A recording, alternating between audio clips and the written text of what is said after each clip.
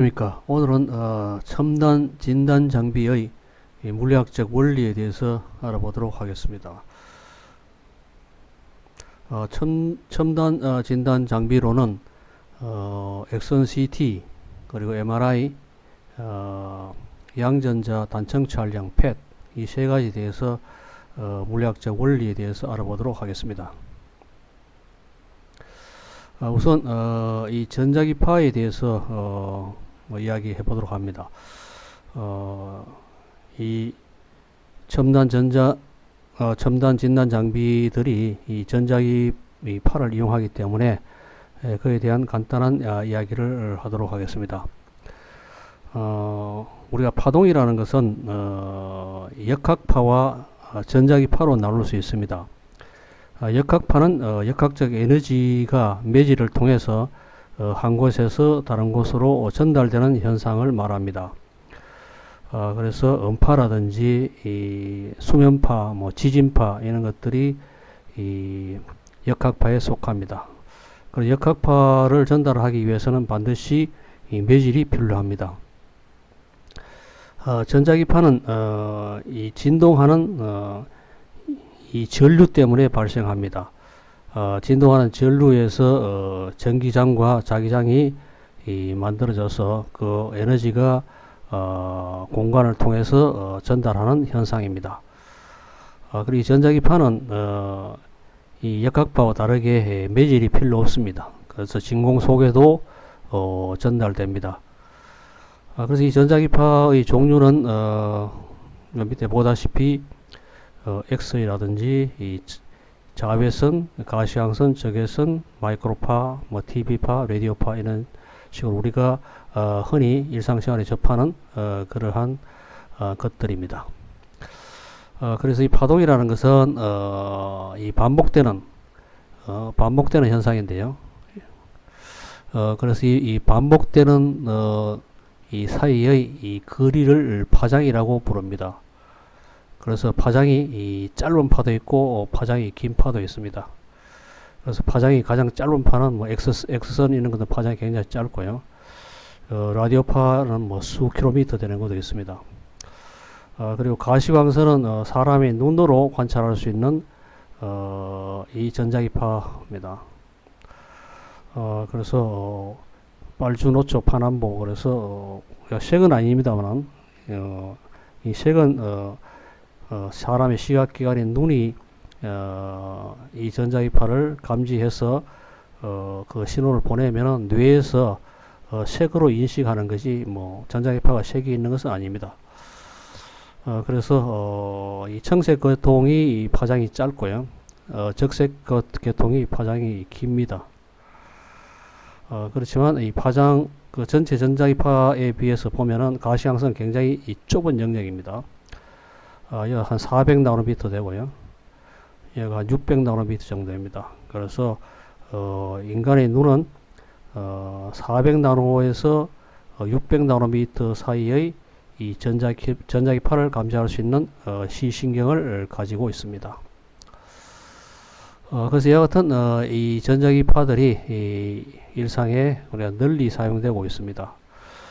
그런데 자연적인 전자기파는 사실은 태양에서 오는 이러한 전자기파 뿌리입니다. 그래서 보다시피 이 자외선 영역, 가시광선 영역, 그리고 적외선 영역, 그래서 태양 빛의 스펙트럼이 대략 이런 식으로 주어집니다. 그리고 이 가시광선 영역의 에너지가 가장 큽니다. 따라서 지구상에 있는 모든 이 동물들은 물체의 인식을 하는데 물체를 보는 데 있어서 이 가시광선을 사용합니다. 그 이외에 이 자연에서 오는 이 전자기파는 거의 없다고 해도 과언이 아닙니다. 그래서 태양에서 오는 빛이 이 자연적인 전자기파의 전부입니다. 우주선이 있습니다만은 이건 워낙 짧아서 그냥 사람 몸속을 그냥 통과하니까 크게 해가 없습니다. 나머지 것들 엑스레이라든지 이 마이크로파라든지 TV파, 라디오파, 그 자외선, 적외선 이런 것들이 이 물리학자들의 노력에 의해서 인공적으로 만들어져서 여러 분야에 지금 사용되고 있습니다. 처음으로 이 전자기파를 발생한 사람이 이 헐츠라는 사람입니다. 그래서 20세기 초엽입니다. 초엽에 최초로 전자기파를 발생시키고 그리고 전자기파를 수신하는 그러한 최초의 사람이 이 헐츠입니다. 그래서 이 진동수 단위로 전자기파의 진동수 단위를 헐츠라고 부릅니다. 현재 이 전자기파 발생은 보다시피 이 전류 진동하는 전류를 사용해서 전자기파 발생 시 안테나를 통해서 전파되고 또 안테나를 통해서 받고 그렇습니다. 이것은 라디오파 발생 장치입니다. 자, 이같이 이 여러 장치를 통해서 우리가 인공적인 전자기파를 만들어서 일상에 사용하고 있습니다.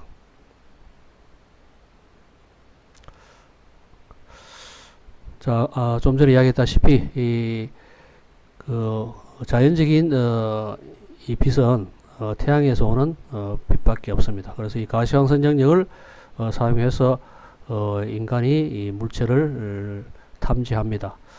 물체를 탐지한다는 것은 물체에서 반사되어 오는 전자기파를 관찰하는 것이거든요.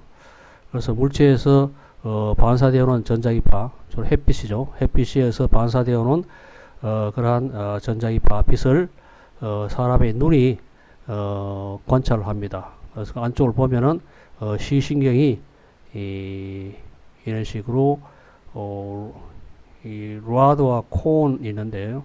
이 로아드는 빛의 밝기를 관찰하는 그러한 시신경이에요. 그리고 콘은 세 가지 종류가 있는데요. 적색 계통을 관찰하는 이 콘 세포, 그리고 녹색 부분을 관찰하는 콘 세포, 청색 부분을 관찰하는 콘 세포, 이 세 가지 종류가 있습니다. 그래서 이 네 가지 시세포, 그래서 세 개의 콘과 한 종류의 로드를 통해서 이 물체에서 반사되어 오는 가시광선을 관찰하고 빛의 세계를 관찰해서 이 신호를 뇌에 보내면은 뇌에서는 그 전자기파를 색으로서 인식해서 관찰합니다. 앞서 이야기했다시피 전자기파가 색이 있는 것은 아닙니다. 파장이 짧고 그리고 긴 것, 그 차이밖에 없습니다. 조명에 대해서 봤을 때 이 에디슨이 이 백열전구를 발명하여 지금까지 쭉 사용해 왔죠. 그 사이에 형광등을 발명하여 사용되어 왔습니다. 그리고 현재는 이 나카무라 슈지라는 사람이 이 청색 LED를 발견하고 나서 백색 LED가 가능하게 되어서 현재는 조명을 거의 백색 LED로 바꾸고 있습니다. 이 사람이 이 1993년에 기존에 있던 청색 LED보다도 100배 이상 밝은 청색 LED를 발명을 했습니다. 그리고 그 전에 녹색 LED와 이 적색 LED가 충분한 밝기의 이 녹색하고 적색 LED가 있었지만은 청색이 없어서 이 백색 LED를 구현할 수 없었는데 이 사람이 1993년도에 이 청색 LED를 발명함으로써 우리가 백색 LED가 가능해졌습니다. 그래서 이 조명에 현재는 조명에 거의 대부분 가정에서 LED를 사용하고 있습니다. 이 사람은 이 청색 LED의 발명의 그 공로로 2014년에 노벨 물리학상을 받았습니다. 자, 그래서 지금까지 이 전자기파에 대해서 간단히 알아보았습니다. 그러면은 이제부터 이 첨단 진단 장비 이 물리학적 기본 원리에 대해서 알아보도록 하겠습니다. 우리가 이 영상 처리를 하는 것은 이 영상 인자를 각 부분에 우리가 주로 단면, 조직의 단면을 갖다가 영상 처리하는데요. 그 단면의 이 각 부분의 이 어떤 특정 물리량을 측정하여 그 물리량을 명암으로 표시한 것이 바로 영상입니다. 그래서 액선 CT를 보면은 인체의 각 조직의 액선을 흡수하는 율, 즉 흡수 계수를 측정하여 그것을 갖다가 명암으로 처리한 것입니다. 그리고 MRI는 이 조직 안에 있는 수소핵 스핀의 수소핵의 이 외부 라디오파 펄스에 의한 이완 시간을 측정하여 그 이완 시간의 차이를 명암으로 표시함으로써 영상을 얻는 것입니다. 그리고 양전자 단층 촬영인 펫은 이 방사능 물질을 흡수하는 흡수량이 조직마다 다르니까 그 방사선 선량을 측정해서 우리가 영상을 구현하고 있습니다. 이와 같이 이 영상 처리라는 것은 어떤 단면 영상을 찍을 때 이 단면의 각 조직의 이 물리량이 어떤 물리량이 다르기 때문에 그 물리량을 측정하여 그 물리량을 명암으로 표시한 것이 바로 영상이 됩니다. 그래서 기본적인 진단 장비의 영상 처리의 기본 원리는 그렇습니다. 그래서 어떤 물리량을 측정합니다. 그래서 진단 장비에 따라서 어떤 물리량이냐에는 약간의 차이가 있습니다. 자, 우선 X선에 대해서 얘기해 보도록 하겠습니다. X선은 이 1895년에 렌트케이라는 사람이 최초로 발명을 했습니다. 그래서 이 사진에 보다시피 이 자기 와이프의 이 결혼 사진을 이 반지를 끼고 있는 자기 이 부인의 이 손을 찍은 것이 이제 최초의 X선 영상입니다. 이 사람은 이 X선의 발명으로 최초의 노벨 물리학상을 받았습니다. 엑스레이 발생 장치의 결합도를 한번 보겠습니다. 여기 보면은 전자총에서 이 필라멘트 열을 가하면은 여기서 전자가 나오죠. 이쪽 전자총이죠. 전자총에서 전자가 나옵니다. 고속의 전자가 나오면은 이것이 이제 이 고전압을 통해서 이제 가속되죠. 가속돼 가지고 고속의 전자가 여기서 나옵니다. 자, 이제 고속의 전자가 어떤 타겟 금속에 의해서 갑자기 멈추어졌을 때 그 에너지가 감소하죠. 그 에너지 감소한 만큼의 에너지가 전자기파로 발생됩니다. 그래서 이것이 아주 파장이 짧은 전자기파로서 엑스레이라 부릅니다.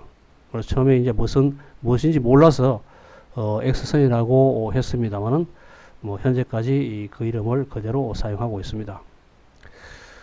그래서 이 고전압을 걸어서 이 필라멘트에서 나오는 전자를 가속시키는데요. 이 가속 전압에 따라서 보다시피 이 10,000볼트, 15,000볼트, 20,000볼트, 25,000볼트 그리고 뭐 이런 식으로 이 전압을 갖다 높이면은 이와 같이 이 어떤 특정 전압 이상에서는 이런 뾰족한 이러한 액선을 얻을 수가 있습니다. 그래서 이런 이 넓은 형태의 이 스펙트럼을 가진 액선을 우리가 연속 스펙트럼이라고 불러요. 그리고 뾰족한 이러한 스펙트럼을 고유 스펙트럼이라고 부릅니다. 고유 스펙트럼은 이 타겟 물질이 어떤 거냐에 따라서 다릅니다. 그래서 우리 정확한 액선의 이 파장이 필요한 그러한 부분에서는 이러한 고유 X선을 쓰고요. 그렇지 않은 경우에는 연속 X선을 사용하면 됩니다. X선의 발생 장치를 현재 X선관의 모양이 이렇습니다. 보다시피 기본적으로 필라멘트에서 전자가 나오고요. 그래서 고전압을 걸어주면 이것이 전자가 가속돼 가지고 이 금속을 때리고요. 그래서 여기서부터 이 전자기파인 X선이 발생됩니다. 그래서 이 구조를 보면 이것이 필라멘트고요. 이것이 이제 이 타겟 물질입니다. 타겟 물질이 이제 같은 곳에 계속 때리면은 손상되니까 회전을 시키기도 합니다. 이것은 뭐 초기의 이 X선관 구조입니다. 보다시피 여기서 전자가 발생하면 이 타겟 물질에서 전자 갑자기 정지함으로써 이 전자기파가 이런 방향으로 나옵니다. 크기도 뭐 현재는 이 대용량인 경우도 있고요. 그래서 작은 크기의 이 X선관도 있고 그렇습니다. 그래서 이 우리가 용도에 따라서 대형 주로 병원에서 많이 쓰고요. 또는 이 휴대용으로 휴대용 X선 장비 경우에는 이 소형 X선관을 사용하고 있습니다. X는 우리 알다시피 이 병원에서 이 인체 내부를 촬영하는데 가장 많이 사용하고 있습니다. 그리고 물리학이나 재료공학 뭐 이런 쪽에 이 물질의 내부 구조를 관찰하는데 X선 회절을 사용하고 있습니다. 그리고 DNA 나성 구조를 밝히는데도 X선 회절이 사용되었습니다. 로잘린드 프랭클이라는 사람이 이 최초로 이 DNA의 X선 영상을 얻었습니다. X선 회절 결과죠. 얻었는데 이 실험 결과를 이용해서 이 세 사람들이 이 이중 나선 구조를 밝혔습니다. 그래서 이 사람들이 노벨 생리학상을 받았습니다. 그 중에 한 사람은 물리학자입니다. 그리고 X는 이 공항의 진검사 하는데 이용되고 있습니다. 자, 그러면 X선 CT에 대해서 알아보도록 하겠습니다. X선 CT는 X-ray Computerized Tomography라고 이름이 붙여집니다. 그런데 컴퓨터 단층 촬영이라고 뭐 현재 그런 식으로 CT라고 부릅니다. 그런데 실질적으로 X-ray CT예요. X선 CT인데 사람들이 X선이 들어가면은 뭐 두려움을 느끼니까 그래서 엑스레이라는 것을 빼고 그냥 CT라고 이름을 붙입니다. X선 CT의 기본적인 원리는 앞에 이야기했다시피 이 단면, 인체의 단면의 X선 흡수 계수를 결정하여 그 차이를 명암으로 처리하면은 우리가 단면 영상을 얻을 수가 있습니다. 1973년에 하운스필드하고 콜맥에 의해서 최초로 개발되었습니다. 그리고 이 사람들이 이 공로로 1979년에 노벨 생리학상을 받았습니다. 자, X선 CT에서 이용하는 것이 이 흡수 계수인데요. 흡수 계수는 뭐 이런 겁니다. X선을 어떤 물체에 조사를 하면은 이 물체의 일정 부분이 흡수되고 그리고 나머지가 투과되어서 관측이 됩니다. 그래서 입사한 X선의 세기하고 이런 식으로 투과된 X선의 세기의 관계는 이런 식으로 익스포넨셜하게 지수적인 관계가 있습니다. 그래서 X는 이 물질의 두께입니다. 두께고 뮤가 바로 흡수 계수입니다. 그래서 이 흡수 계수는 물질에 따라서 다릅니다. 어떤 물질이나 따라 가지고 다릅니다. 그래서 결국 X선의 이 흡수 투과되어서 관찰된 이 X선 세기는 입사하는 X선의 세기에다가 익스포넨셜에다가 마이너스 이 물질의 특성인 흡수 계수 곱하기 이 두께 뭐 이런 식으로 주어집니다. 자, 그래서 엑선 CT는 단면을 촬영하는데요. 단면을 촬영하는데 토모그래픽 하는 것이 앞에서 이야기했다시피 이 토모그래피가 토머스가 슬라이스거든요. 그래서 이 단면을 그래프니까 단면 영상이라는 이야기죠. 그래서 이름이 이제 컴퓨터 단청 또는 단면 촬영, 단면 영상 이런 식으로 이야기 붙일 수 있습니다. 그래서 어떤 단면을 엑선이 지나가고 그 뒤쪽에 엑선 측정 장비들이 쭉 놓입니다. 실질적인 모양은 이렇습니다. 엑선 측정 장비들입니다. 한 개 한 개가 하나의 장치라고 보면 됩니다. 그래서 엑선을 갖다 이런 식으로 인체가 여기 있으면은 이런 식으로 지나가면 어떤 단면을 엑선이 싹 훑고 지나가죠. 자, 그래서 이게 단면의 일부라고 생각합시다. 일부라고 생각하면은 이 단면을 엑선이 여기서 I0라는 세 개의 엑선이 입사를 합니다. 하면은 이 각 부분에 여기 뒤쪽에 엑선 측정 장치들이 있는데요. 그 장치 하나하나들이 뭐 측정을 하겠죠. I1, I2, I3, IN. 그래서 이 100개가 있다, 뒤에 100개가 있다 치면은 이 100개의 이 데이터가 얻어집니다. 그리고 각 부분에 측정되는 엑선의 세기는 이런 식으로 이 각 부분의 흡수 계수에다가 두께는 우리가 일단 픽셀을 나누면 똑같은 두께라고 했을 때 이런 식으로 마이너스에서 뮤11, 뮤12 이래가 쭉 이래가 100개라고 치면은 100개 부분의 이 흡수 계수 해서 이런 식으로 되죠. 자, 다음 이 측정 장비도 I2를 관찰하는데요. I2 관찰하는데 이것도 마찬가지로 각 부분을 쭉 통과하면서 흡수되고 남는 것이 이런 식으로 I2로 관찰됩니다. 그래서 세 번째 측정 장비도 그렇고 쭉쭉 나가지고 100번째, 100개 있다면 100번에 제 측정 장비도 이런 식으로 쭉 100개의 이 데이터가 얻어집니다. 자, 그런데 우리가 한쪽을 100개로 자르면은 이쪽도 가로를 갖다가 100개 자르면 또 세로도 100개를 잘라야 되니까요. 그래서 결국 몇 개가 나오느냐면은 100 곱하기 100이니까 만 개의 픽셀이 나오죠. 픽처 엘리먼트라서 픽셀이 나옵니다. 그래서 이 픽셀이 만 개의 픽셀에 의해서 한 단면이 이 영상이 구현된다고 가정합시다. 자, 그럴 경우에 우리가 알아야 될 그 흡수 개수는 만 개예요. 각 부분의 흡수 개수를 알아야 되기 때문에 만 개의 흡수 개수를 결정을 해야 됩니다. 그런데 엑선이 한번 이렇게 쭉 훑고 지나가면은 이 측정 장치가 측정하는 것은 100개의 데이터밖에 없습니다. 자, 그래서 이 사실 1차 방정식을 푸는 건데요.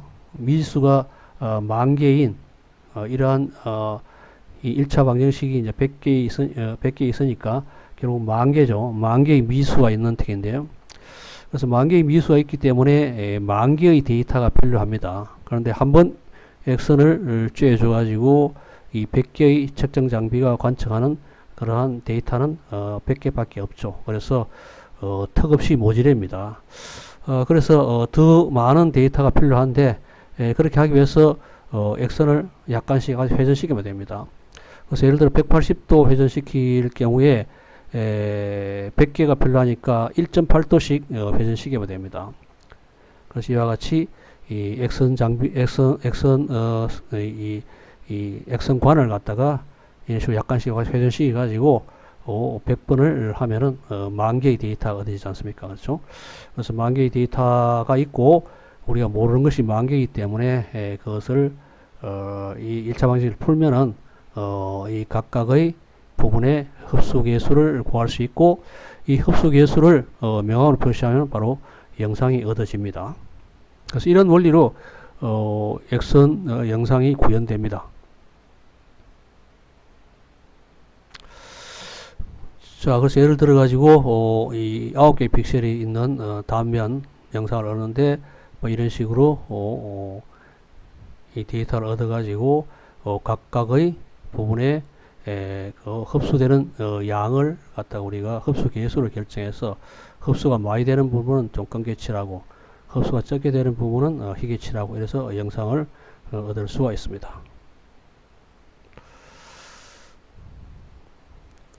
자, 다음에는 이 자기공명 영상에 대해서 알아보도록 하겠습니다. 자기공명 영상에서는 이완 시간의 차이를 명암으로 처리하여 영상을 얻습니다. 그래서 수소핵의 이완 시간입니다. 그래서 기본적인 그 원리는 NMR 현상을 이용합니다. NMR 현상 핵 자기 공명입니다. 그래서 이 MRI도 사실은 여기 N이 하나 더 붙어 있어야 되죠. 핵 자기 공명 영상이라 되는데 사람들이 핵 그러면은 별로 알레르기 반응이 있기 때문에 핵을 빼고 그냥 MRI로 부릅니다. 그래서 기본적인 원리는 NMR 원리를 이용한 겁니다. 그래서 NMR이라는 것은 이 어떤 핵을 갖다가 어떤 물질에 이 치환시켰을 때 그 핵이 어떤 반응을 하느냐, 어떻게 그 물질과 결합하고 이런 것을 관찰하는데 NMR 현상을 많이 이용합니다. 물리나 화학 쪽에 상당히 이 많은 분야에서 이 NMR을 갖다 이용하고 있습니다. 자, 그래서 이 NMR을 관찰하는 데는 그 신호가 어디에서 나오는지에 대해서는 크게 몰라도 됩니다. 그래서 단지 이제 우리가 치환된 핵이 그 물질에서 어떻게 반응하는지만 알면 되기 때문에 그 신호가 NMR 신호가 어느 부분에서 나오는지에 대해서는 뭐 크게 상관하지 않습니다. 그런데 이걸 영상으로 처리하려고 하면은 그 신호가 어디에서 나오는지를 알아야지 이 어떤 단면의 각 부분의 이완 시간을 결정해서 영상 처리를 할 수 있죠. 자, 그래서 이걸 가능하게 한 사람이 이 로트버라는 사람이다. 경사자기장이라는 그런 개념을 이용해서 이 NMR을 갖다가 영상 처리를 가능하게 만들어서 우리가 현재 MRI를 사용할 수 있게 되었습니다. 그 후 MRI는 또 이 혈관 조형 촬영에도 사용되고 있고 fMRI도 펑셔널 MRI도 사용되어 뇌의 연구에 이 MRI가 아주 많이 사용되고 있습니다. 자, MRI에서 이제 기본적으로 사용하는 것이 수소 핵의 이 자기적 성질입니다.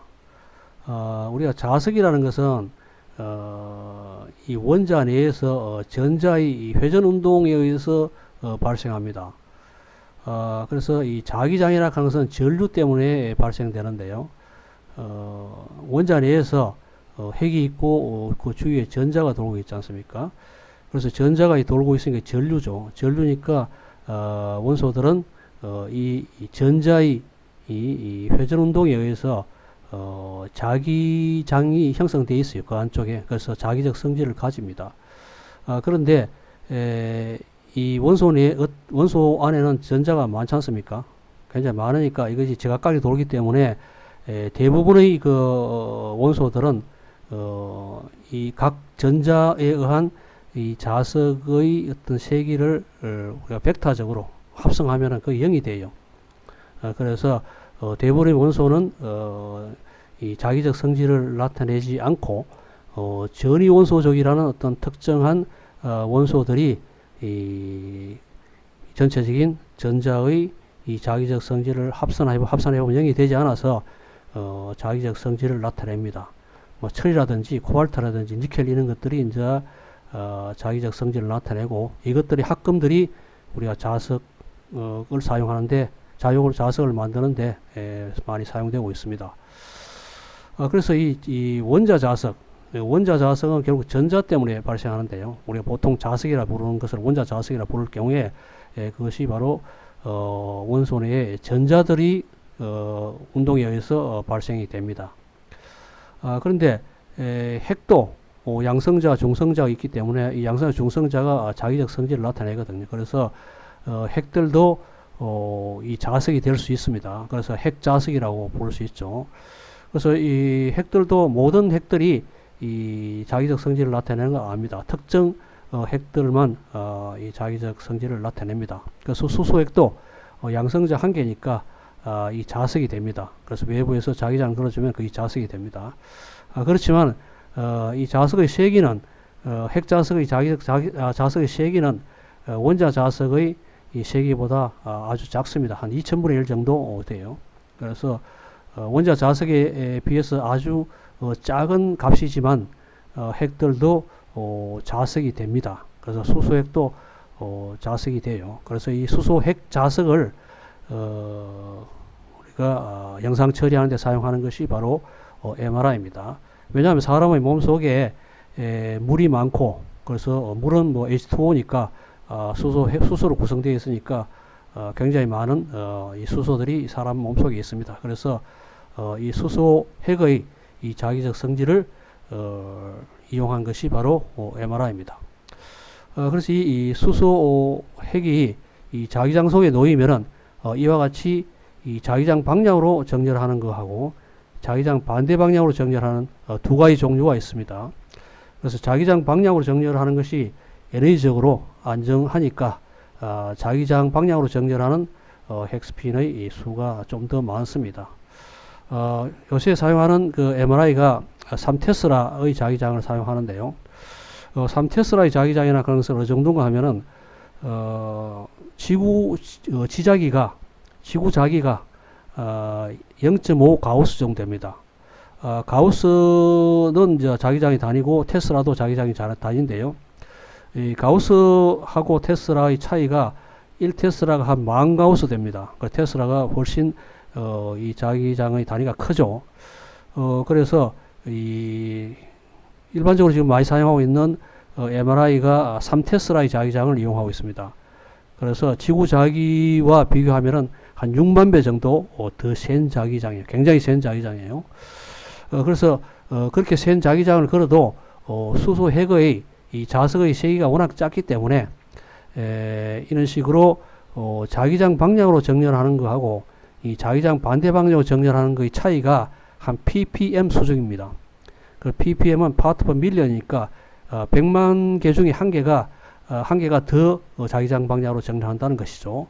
자, 그렇지만은 이렇게 이 작지만은 이 단위 미터 삼성당 수소핵이 엄청 많잖아요. 10의 26성계나 있기 때문에 우리가 충분히 신호를 얻을 수 있는, 그러니까 신호를 우리가 구별할 수 있는 신호를 얻을 수가 있습니다.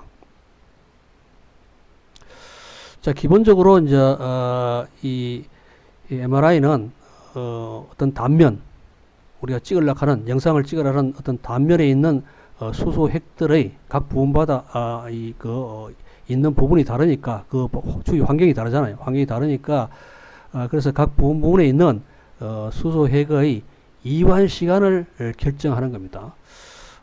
그래서 앞에서 봤다시피 이러한 이 수소핵들이 이 자기장 방향으로 정렬하는 거하고 이 자기장 반대 방향으로 정렬하는 것이 있는데 이걸 갖다 합쳐보면 자기장 방향으로 정렬하는 게 조금 많기 때문에 이와 같이 이 자기장 방향으로 정렬하는 하나의 자석으로 생각할 수 있죠. 그래서 우리 이 단위 미터 삼성당의 이 자석의 세기를 갖다가 우리가 자와도라 부르는데 어쨌거나 자기장 방향으로 정렬하는 숫자가 좀 더 많으니까 이게 좀 더 이쪽 반대 방향 되는 걸 캔슬 시키고 나면은 그래도 이 자기장 방향으로 정렬하는 어떤 자석의 세기가 남습니다. 그래서 이 자기장은 항상 3테슬라의 자기장이 걸려 있고요. 자, 이러한 이 자석에다가 이 라디오파 펄스를 걸어주면 순간적으로 펄스 가능성 순간적으로 걸어줬다 끄는 거거든요. 그래서 순간적으로 걸어주면 이것들이 눕죠. 눕고 눕었던 것이 다시 이 펄스니까 없어졌으니까 순간적으로 걸어주고 껐으니까 끄고 나면은 이것이 원래 상태로 회복됩니다. 그래서 이완되죠. 이완. 그래서 이완되는데 이완되는 이 시간이 주위에 어떤 물질이 있냐에 따라 가지고 달라집니다. 물 같은 것이 많으면은 좀 느리고 시간이, 그리고 좀 딱딱한 것이 많으면은 빠르고 그렇습니다. 그래서 각 부분마다 이런 이완 시간이 이 세포마다 이완 시간이 다르기 때문에 이완 시간을 측정해서 명암을 처리한 것이 바로 MRI 영상입니다. 자, 이런 식으로 누웠다가 회복됩니다. 회복되는 신호를 이 RF 코일로 신호를 관찰하는 것이죠. 이것이 MR 신호입니다. 자, 보다시피 이 이완 시간은 T1 이완 시간과 T2 이완 시간이 있습니다. 그 상세한 내용을 이야기하지 않겠습니다만 이 두 가지 종류의 이완 시간이 있습니다. 그 이완 시간이 이 정상 세포와 그리고 튜머 세포와 약간 차이가 납니다. 차이가 나죠. 그래서 이 각 조직마다 조금씩 이 정상 세포하고 암 조직이라든지 종양 세포와 사이에는 약간의 차이 납니다. 이 차이가 결과적으로 암이나 종양 세포의 위치를 우리가 영상으로 보면은 표시가 나죠. 그래서 MRI 영상에서 암 조직과 종양 조직을 구별할 수가 있습니다. 그래서 구별이 어려운 경우에는 이 조형제를 사용해서 구별을 더 확실히 해서 더 깨끗한 영상을 얻을 수도 있습니다. 자, 그 다음에 이제 영상은 주로 단면을 얻잖아요. 어떤 단면 영상을 얻어야 되는데 이 단면 영상을 어떻게 얻냐에 대해서 뭐 간략하게 이야기하겠습니다. 복잡하게 이야기하면 상당히 복잡하기 때문에 간략하게 이야기하면요. 이 수소 핵스핀이 이 자기장 속에서 이러한 세차 운동을 합니다. 이 세차 운동의 진동수는 우리가 걸어준 자기장의 비례예요. 그래서 자기장에 비례하는 세차 운동을 하고요. 이 세차 운동의 진동수에 맞는 그러한 레디오파 전자기파를 걸어보면 이게 반응을 하거든요. 우리 소위 공명을 하거든요. 그래서 이 세차 운동 진동수와 우리가 외부에서 신호를 관찰하기 위해서 걸어주는 이 레디오파 진동수가 일치를 해야 돼요. 일치를 해야 이 수소핵이 반응을 합니다. 그렇지 않은 경우에는 반응을 하지 않아요. 자, 그래서 우리가 정자기장만 걸려 있으면은, 이런 식으로 걸려 있으면은 이 모든 위치에서 나오는 이 신호가 전부 똑같은 진동수이기 때문에 이 수소핵의 이 세차 운동 진동수가 모든 부분에서 다 같잖아요. 왜냐면 자기장이 똑같이 걸려 있기 때문에 같기 때문에 어떤 특정 우리가 이 레디오파 진동수를 걸어줘 가지고 신호를 얻으면 다 똑같은 신호를 얻을 수 있어요. 그럼 어디서 나온 신호인지 알 수가 없습니다. 그래서 이 로터브의 아이디어가 뭐냐면은 이 경사자기장을 걸어주는 거죠. 경사자기장을 걸어줌으로써 각 위치마다 에 있는 수소 핵스핀의 이 진동수가 다 다르잖아요. 다 다르기 때문에 우리가 특정 진동수를 레디오파를 사용해서 이걸 공명을 시키죠. 그래서 같은 에너지로 공명을 시켜가지고 이제 MR 신호를 얻는 것인데, 특정 진동수의 전자기파를 그러니까 라디오파 전자기파를 걸어줬을 때에 어떤 F0라는 어떤 진동수를 걸어주면은 어떤 특정 단면만 반응을 하게 되잖아요. 왜냐하면은 이 각 부분마다 전부 다 이런 식으로 도는 세차 운동이나 진동수가 다르기 때문에 우리가 특정 진동수를 걸어주면 이 특정 진동수에 맞는 그런 진동을 하는 그리고 어떤 단면이죠. 단면에 있는 것들만, 그래서 어떤 단면, 모든 위치에서의 단면에서의 세차 운동을 하는 진동수가 다르기 때문에 우리가 특정 단면을 선택해서 이런 식으로 공명을 시킬 수가 있습니다. 자, 그래서 이런 이 방법이 바로 이 경사자기장입니다. 됐죠? 자, 이런 식으로 이제 특정 단면만 우리가 레디오파를 사용해서 여기시켜서 이 부분을 갖다 영상을 얻을 수가 있겠죠. 그래서 이걸 갖다 우리가 단면 결정 경사자기장이라고 부릅니다. 자, 이런 경사자기장을 정자기장, 3테슬라의 자기장의 방향으로 걸어줘 가지고 각 부분의 핵스핀들이 이 세차 운동한 진동수를 달리 만들어서, 그래서 어떤 특정 단면만 우리 공명시켜서 여기서부터 신호를 얻을 수가 있습니다. 자, 이런 식으로 특정 단면을 결정했다고 칩시다. 자, 치면은 또 각 부분을 갖다 픽셀을 나눴을 경우에 각 부분에 나오는 것을 구별할 수 없잖아요. 그래서 이것도 이 단면 결정 경사 자기장과 동일하게 이 XY 축이니까 2차원이니까 이런 식으로 Y축 방향으로도 경사 자기장을 걸어주고 그리고 X 방향으로 경사 자기장을 걸어줘가지고 각 부분에서 나오는 신호를 달리 만들 수 있잖아요. 자, 그래서 이것을 취합해서 우리가 영상을 얻을 수가 있습니다. 그래서 각 부분, 그래서 단면을 결정하고 우리가 찍으려는 단면을 결정하고 그 단면에 있는 각 부분도 X축 방향으로 Y축 방향으로 경사 자기장을 걸어줘 가지고 각 부분에 나오는 신호를 달리 만들어 가지고 우리가 각 부분에 나오는 신호의 이 세기를 관찰할 수 있습니다. 그래서 이것이 이제 각 부분에 나오는 세기라고 칩시다. 전자입 세기인데 이 세기는 결과적으로 이완 시간에 관련되어 있죠. 자, 이걸 갖다가 명암으로 처리하면 되잖아요. 0은 좀 끊고 6은 좀 희고 뭐 이런 식으로 처리해서 영상을 얻은 것이 바로 MRI 영상입니다. 자, MRI 하드웨어를 보면요. 뭐 첫째 이제 정자기장이 필요하죠. 정자기장은 아까 3테슬라 정도의 아주 강한 자기장이 필요합니다. 그래서 이 자기장은 굉장히 균일해야 돼요. 균일해야 되기 때문에 우리가 보통 전자석을 사용하면은 뭐 구리선을 사용해 가지고 자기장을 얻는다 쳤을 경우에는 센 전류를 그래서 자기장이 큰 자기장을 만들려고 하면은 결과적으로 전류를 아주 센 전류를 흘려야 돼요. 그 센 전류를 흘리면은 구리에 센 전류를 흘리면은 그 열이 발생하잖아요. 열이 발생하는 건 열을 발생하는 걸 갖다 식히려고 하면 또 물이 필요하고 또 물이 흐르면은 흔들리니까 결국 이 자기장이 균일하지 못하게 돼요. 자, 그래서 현재 사용하는 것이 이 초전도체 자석입니다. 이 초전도체 자석은 전류 저항이 없죠. 전류 저항이 없기 때문에 이 아주 센 전류를 흘러도 열이 발생하지 않기 때문에 그것이 이제 우리 센 자기장을 만들 수 있습니다. 그런데 문제는 이 초전도체 코일을 사용할 경우에 온도를 상당히 낮춰야 돼요. 그래서 이 액체 헤리움을 이용해서 4.2K로 낮춘 후에 전류를 흘리면은 우리가 아주 센 자기장을 얻을 수가 있습니다. 자, 그리고 경사자기장은 X방향 경사자기장, Y축 방향 경사자기장, G축 방향 경사자기장 이런 식으로 세 가지의 경사자기장이 있을 수가 있고, 그 G축 경사자기장은 단면을 결정하는 경사자기장이고요. 그래서 이것이 이제 위상인식, 뭐 진동인식, XY축 방향의 픽셀로 나누는 역할이죠. 그래서 단면을 갖다가 픽셀로 나누는 역할을 하고 있습니다.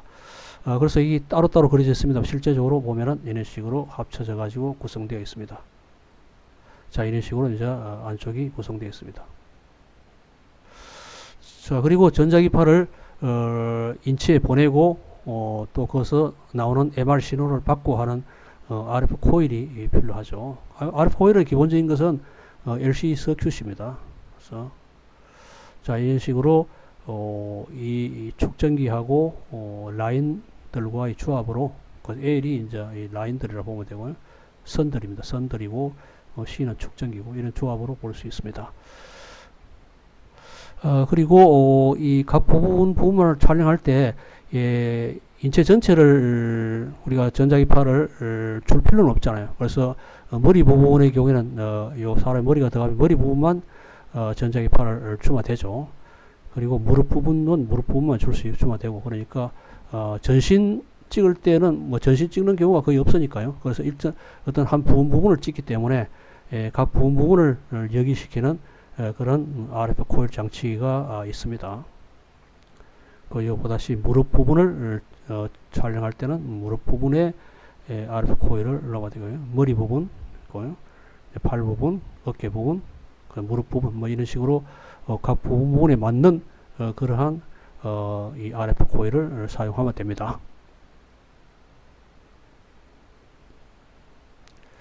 자, 그리고 이 MRI 장치가 이 찍는데 시간이 좀 걸리거든요. 그래서 사람이 이제 폐쇄된 공간에 들어가면은 불안해지니까 이런 오픈 MRI도 있습니다. 오픈 MRI는 전자석을 사용하는 것이죠. 전자석을 사용하기 때문에 우리가 자기장이 좀 세지는 않아요. 그래서 주로 이제 이 무릎이라든지 이러한 관절 이런 데 찍는데 이 오픈 MRI가 많이 사용되고 있습니다. 자, 그리고 이 MRI가 혈관 조영술에도 사용되고 있습니다. 그래서 아주 선명한 영상을 얻을 수가 있습니다. 그리고 fMRI는 펑셔널 MRI라 그래서 뇌의 연구에 많이 이용되고 있습니다. 그래서 사람 예를 들어 오른손을 갖다 이런 식으로 자극을 줬을 경우에 어느 부분이 이 활성화되는지 이런 것들을 연구하는데 사용될 수 있겠죠. 그래서 이 MRI 이 안에 사람을 넣고 뇌 부분을 찍는데 뭐 사람이 예를 들어 어떤 부분 뭐를 생각했을 경우에 어느 부분이 반응한다든지 이 뭐 어느 부분을 움직였을 때 어느 부분이 반응한다 뭐 이런 것을 갖다 관찰하면서 뇌의 기능을 갖다가 연구하는데 이 MRI가 많이 사용되고 있습니다. 자, 다음에는 PET 이래서 포지트론 에미션 토모그래피 그래서 양전자 단층 촬영에 대해서 알아보도록 하겠습니다. PET을 이야기하기 전에 스펙트부터 먼저 이야기하겠습니다. 스펙트는 싱글 포톤 에미션 컴퓨티드 토모그래피 그래서 이 PET이 일반화되기 전에 이 스펙트 장치가 많이 사용되었어요. 그 기본적인 원리는 인체의 특정 부분에 많이 흡수되는 물질에다가 이 방사능 핵종을 붙여 가지고 투여하면은 그 물질이 이 특정 장기 부분에 선택적으로 많이 흡수됩니다. 그러면 거기서 나오는 흡수되면 거기서 이제 방사선이 나오잖아요. 감마선이 나오는데 이 감마선을 외부에서 이런 식으로 관찰합니다. 그래서 이 앵글 카메라를 사용하는 앵글 카메라라고 하는 것은 이건 나비입니다. 그래서 벌집 모양의 뭐 위에서 보기 때문에 실제로 정면에서 보면 벌집 모양입니다. 벌집 모양의 이 그러한 구조에서 이 똑바로 오는 것만 관찰해서 그것이 두 개를 이용했을 때 특정 위치에서 어디서 나오는지를 갖다 우리가 알 수 있거든요. 자, 그래서 이러한 이걸 회전시키고 이래 가지고 어떤 어느 위치에서 이 방사능 핵종이 흡수돼 가지고 거기서 나오는지를 알 수 있고 그리고 이 종양 부분에 특히 많이 흡수됨으로써 이 정상 조직보다 많이 흡수됨으로써 이 종양 조직의 위치를 알 수 있거든요. 그래서 이러한 방식으로 방사선 핵종을 이용한 것이 바로 스펙트 장치입니다.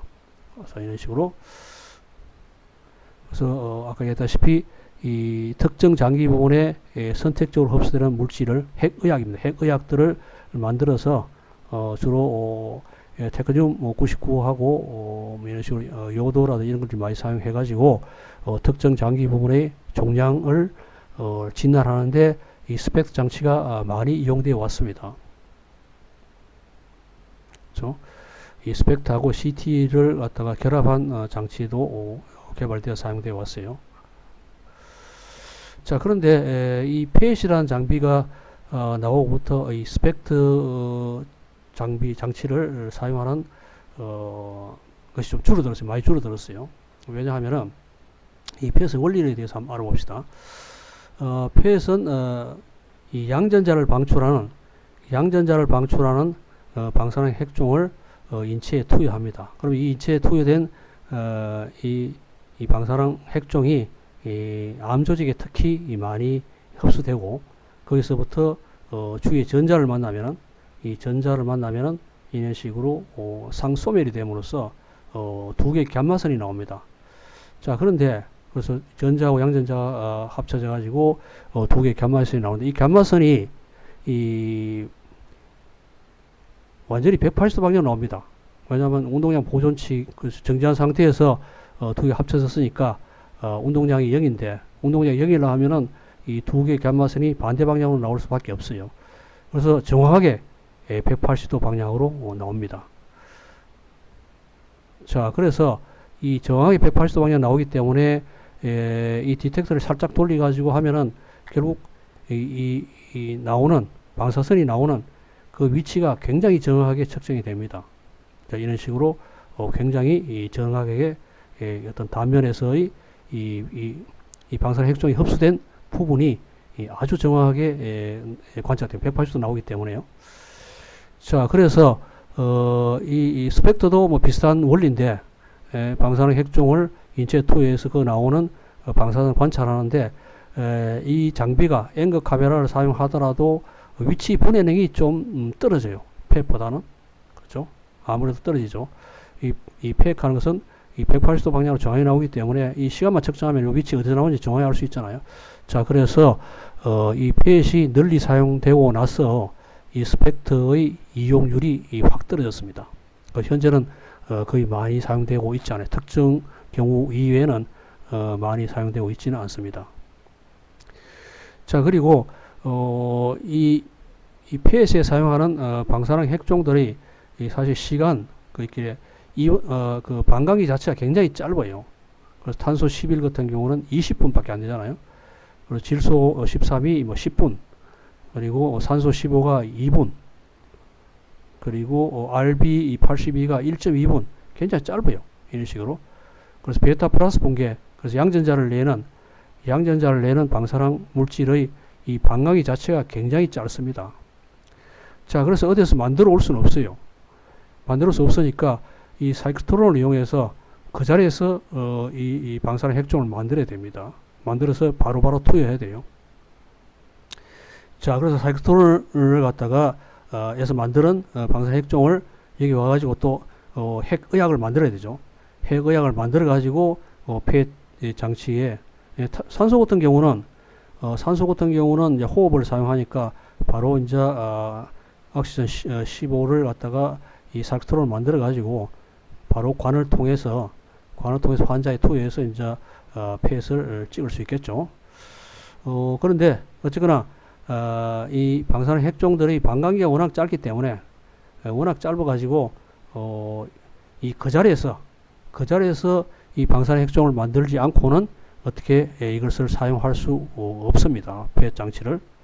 자, 그런데 1979년도인가 그때 돼 가지고 이 FDG라는 이런 물질이 개발이 되었어요. 자, FDG 물질은 플로라인을 갖다 플로라인 18 방사 핵종입니다. 반감기가 110분이고요. 이것을 갖다가 이 글루코즈에 붙인 겁니다. 그렇죠? 글루코즈는 당이니까 특히 암 조직이 많이 흡수됩니다. 암 조직이 세포를 빠르게 정식하기 위해서 이러한 당을 갖다 많이 흡수하니까 그래서 이 FDG가 이 암 조직에 선택적으로 사실 많이 흡수됩니다. 자, 그래서 이걸 FDG를 투여하면은 이 약물이 암 조직에 많이 흡수돼 가지고 그것서부터 이 양전자를 내니까요. 양전자를 내고 양전자 주위에 있는 전자와 합쳐져 가지고 상소멸을 함으로써 감마선이 이런 식으로 180도 방향 나오니까 그래서 우리가 이 암 조직 위치를 아주 정확하게 측정할 수가 있습니다. 자, 그래서 이 FDG라는 물질이 이 반감기가 110분이기 때문에 뭐 2시간 가게 되잖아요. 그러니까 대구 경우에 뭐 대전에 있는 원자로에서 만들어 와도 충분히 이 사용이 가능하죠. 자, 그래서 어지간하게 뭐 2시간 내로는 이 원자로를 다 할 수 있는 그러한 위치. 서울 같은 데는 서울 안에 영구용 원자로이기 때문에 거기서 만들어 가지고 금방 사용할 수 있죠. 자, 그래서 이 FDG가 개발되고 나서 이 1980년도부터 그래서 만들고 한 1970 몇 년도 만들었으니까 한 1990년도부터 실제로 이 펫이라는 장치가 그 전에는 이와 같이 이 사이클트론 장치가 있어야 되고 해가 굉장히 복잡한 그러한 비용도 비싸고 그랬었는데 이 FDG가 나오부터 비용도 싸지고 사이클트론도 필요 없으니까 아주 편리하게 현재 이 펫 장치가 많이 이용되고 있습니다. 특히 이 초기암에 이 펫 장치가 특히 이제 작은 신호도 관측이 가능하기 때문에 많이 이용되고 있습니다. 초기에는 이런 식으로 복잡한 구조였습니다만 현재는 이런 식으로 구조가 좀 더 간략화되었죠. 자, 이같이 이제 암 조직에서 특히 이 많은 방사선 양이 관측됨으로써 암 조직의 위치를 알 수 있습니다. 그리고 이 폐의 경우에 이와 같이 이 펫이 좋은 이유가 시간에 따라서 또 어떻게 이 변하는지를 관찰할 수 있는 그러한 장점도 가지고 있습니다. 자, 그런데 이 펫 이미지가 방사선 양을 관찰하기 때문에 이 정상 조직에서는 거의 그러니까 방사선이 관찰되지 않고 이 암 조직에서만 이런 식으로 관측이 되는데요. 문제는 이것이 어느 위치인지 정확하게 알 수 없잖아요. 그래서 이 영상으로서는 자, 그래서 CT하고 결합해서 해부학적 위치가 잘 어느 위치인지 모르기 때문에 이 CT하고 결합해서 이 해부학적으로 어느 위치에서 이 방사선이 많이 나온다. 그래서 암 조직의 위치를 정확하게 알 수 있죠. 이와 같이 여기도 이 위치에 암 조직이 있다는 것을 알 수 있죠. 그래서 이러한 CT와 펫이 결합한 장치들이 현재 사용되고 있습니다. 또한 펫과 MRI의 이 결합한 장치도 현재 많이 사용되고 있습니다. 그래서 오늘은 이 세 가지의 첨단 진단 장비의 물리학적 원리에 대해서 알아봤습니다. 그래서 엑선 CT와 그리고 MRI와 펫 장치의 물리학적 기본 원리가 무엇인지에 대해서 알아봤습니다. 고맙습니다.